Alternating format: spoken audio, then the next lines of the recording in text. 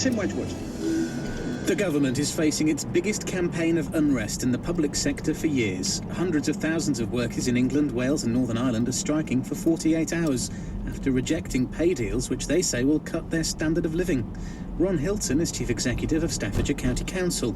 He told BBC Radio Stoke any disruption will be kept to a minimum. There are some schools which are closed, so that's a disruption to the parents and the children.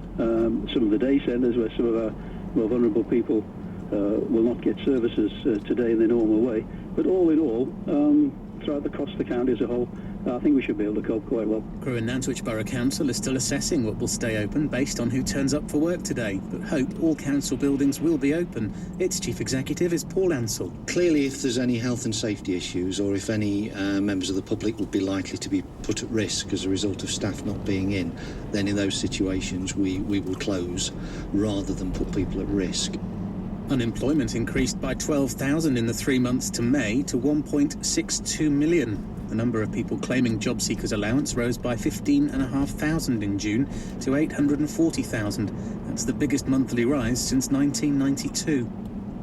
Stoke-on-Trent's economy is falling behind much of the rest of England. A new survey by the research group The Work Foundation, which measures the role the economy plays in towns and cities across the country, shows Stoke-on-Trent's performance has fallen in the past 10 years.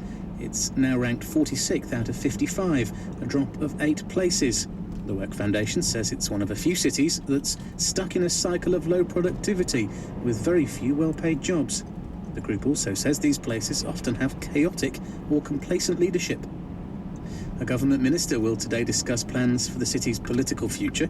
Each group leader on the council, as well as the elected mayor and chief executive, have been invited to see the Minister for Local Government, John Healey. It follows a report into the city's political structure that said it was dismayed by its findings. There are worries job cuts at the Staffordshire digger maker JCB could make towns and villages suffer. The firm plans to shed up to 700 staff. Many of them would come from factories in Cheadle, Roaster and Uttoxeter. JCB is the main employer in Uttoxeter, and these people told Radio Stoke the town depends on the company. It's everything, isn't it? You know, is there any other firm that employs so many people around here? I don't think so. JCB are a good firm, and when times are hard, they get rid of people. Nobody likes losing their jobs here, but you know what you can do about it, really. It's terrible, of course, you know, but it's probably the main employer, isn't it, of the whole area. The UK's fifth biggest food retailer, the Cooperative Group, has announced plans to take over a rival supermarket chain, Summerfield. The deal is worth more than £1.5 billion. £300 million is being invested in extra community services in England to care for people who want to die at home or in a hospice rather than in a hospital. And a significant investment to tackle congestion on roads in England is being announced this morning. It's thought one of the measures will allow cars to use the hard shoulder in traffic hotspots. Stafford Crew's tax office have enlisted the help of their local MP to take their fight to the government. Her Majesty's Revenue and Customs has announced proposals that could see the office in Crewe close. More than 80 people work there, and it's claimed they deal with more than 500 inquiries a week. Conservative MP Edward Timpson is meeting ministers this week to seek assurances over its future. A consultation on the proposals comes to an end early next month.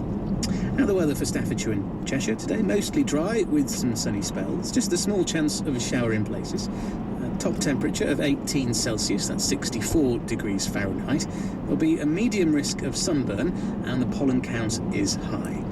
That's the latest news and weather from BBC Radio Stoke. It's 4 minutes past 10.